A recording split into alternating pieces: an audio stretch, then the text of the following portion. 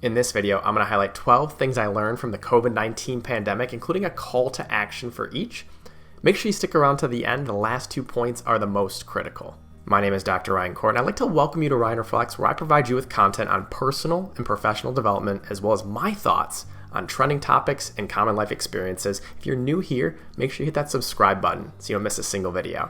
The first thing that kind of hit me pretty hard when I started thinking about COVID-19 is life after this pandemic will be different. And I know everybody is, somewhat obsessed about, hey, when is life going to go back to normal? The reality of the situation is, what does normal even look like anymore?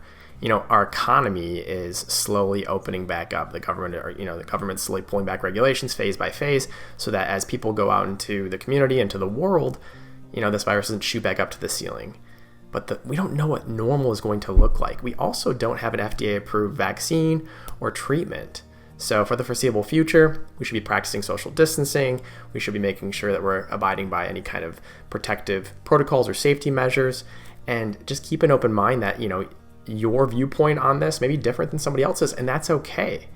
But respect their opinion and understand that life will be different after this pandemic clears. So my call to action for this is be patient, respect the opinion of others, remain optimistic about the future, but also temper your expectations about how long this will last, because we really don't know. We also don't know what life will look like. Point number 2, it's okay to admit that you're not well, emotionally, physically, spiritually. We're in the midst of a global pandemic, right? So it's okay not to feel like you're running on hyperdrive, 100% productive, getting everything you want to get done in a day. And if you're not feeling the gravity of the situation, that may be a little bit abnormal, because we're all feeling it. This is a situation that we've never actually been in our entire lives. So it's change, it's different, it's stressful, it's frustrating. It's real though, and it's okay to admit that, hey, I'm just not okay. My call to action for this, be kind to yourself, practice self-care, take breaks. So get outside, exercise, do yoga, meditation, connect with family and friends, over FaceTime remotely, or, as things continue to open up and these phases are opening up in smaller groups. But be smart about it, right? Just take care of yourself. Point 3, an emergency fund serves a real and viable purpose, right?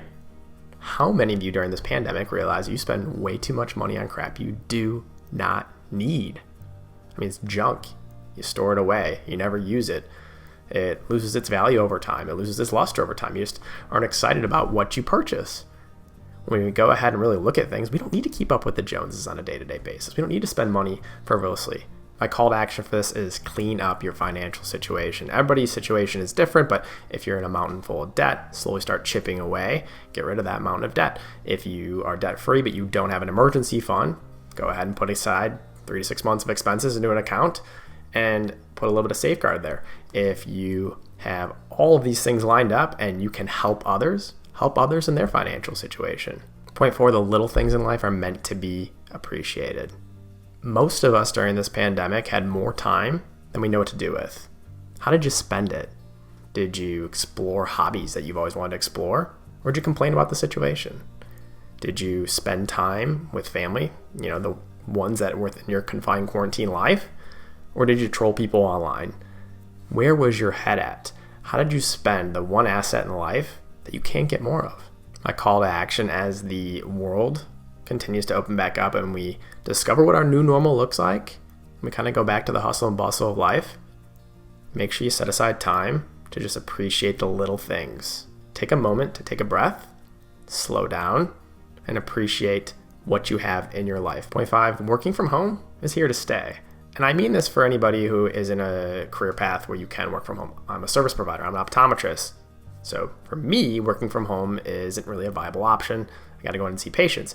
But for people that have the ability to work from home, I do foresee that being the future. And I do foresee companies like Facebook, Twitter, Google, who have already said, hey, you don't have to come back till 2021 or indefinitely. You don't have to come back. You can work remotely. I feel like that's going to be a new precedent.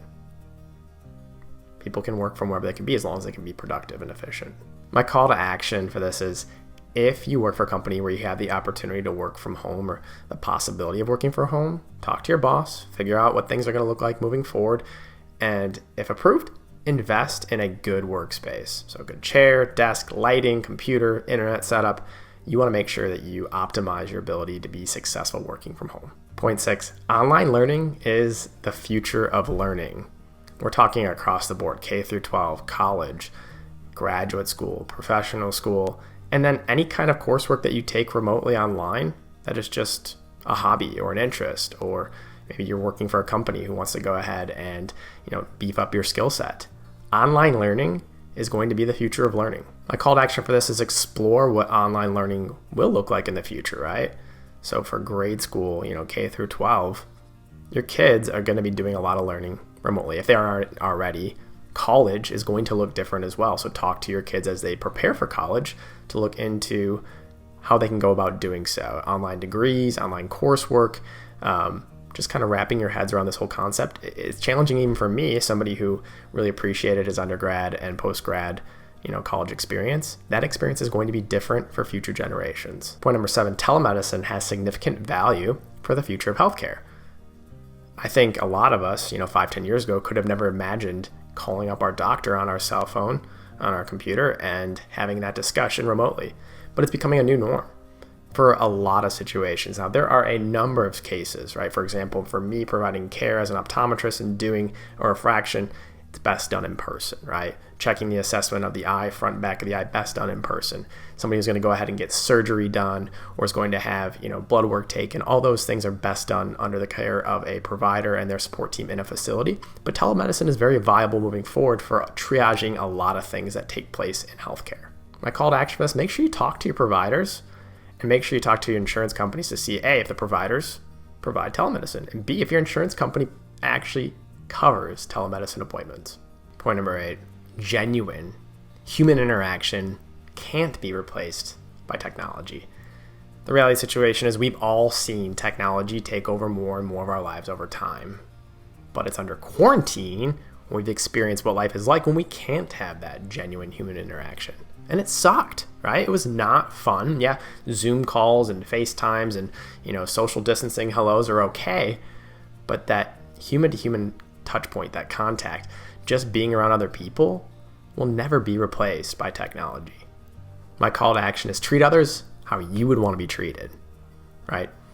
We've been in quarantine for a while now. We've had time to think about our lives, think about the people in our lives. Don't take them for granted. Let them know you appreciate them. Let them know you love them. Give them a big hug, right? Treat them how you want to be treated.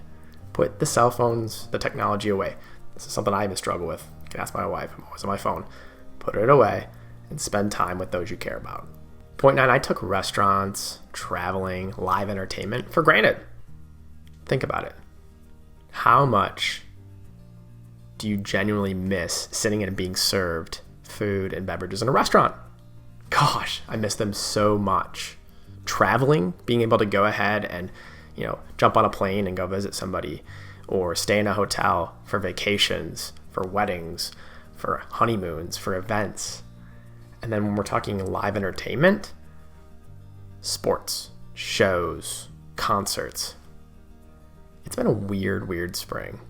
And we truly have taken these things for granted if you think about it. Because when they're all wiped away from our lives, only then do we truly appreciate the value they provided us.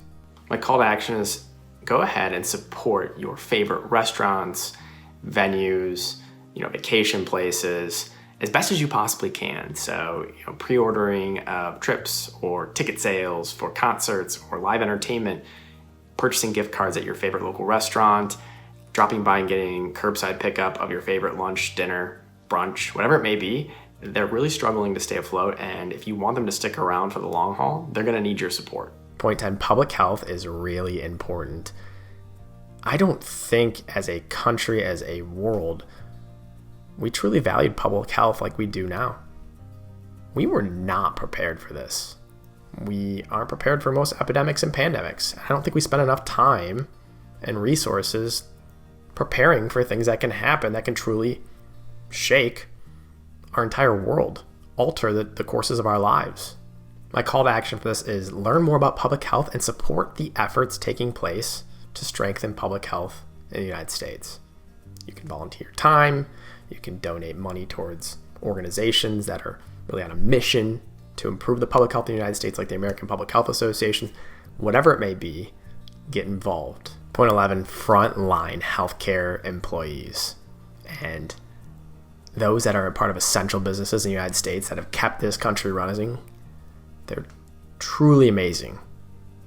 And I just want to say thank you to them, because the reality of the situation is, if we didn't have these people sacrificing on a day-to-day basis and going to work to help flatten the curve, to help take care of others, to help assist with just the complications of this pandemic, we'd have been in big, big trouble. A call to action: call, text, reach out to anybody who is an essential worker, particularly those in the healthcare field during COVID-19 that were fighting day in and day out to protect our country, to flatten the curve, to fight the virus. And let them know how much you truly and genuinely appreciate them. Thank them for what they've done. And moving forward, give them the respect they deserve. And last but not least, point 12, very little of what happens in life is in our control. Look at 2020. It was geared up to be an incredible year. The economy was firing on all cylinders. People were doing great. I'm an optometrist. It was the year of 2020 vision, right? We were so fired up. Bam. COVID-19 hits. Nobody saw that coming.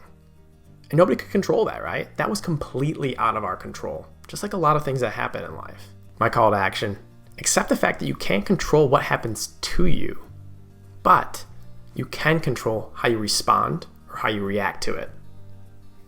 Just look what happened here. COVID-19 comes in. Nobody can control that, right?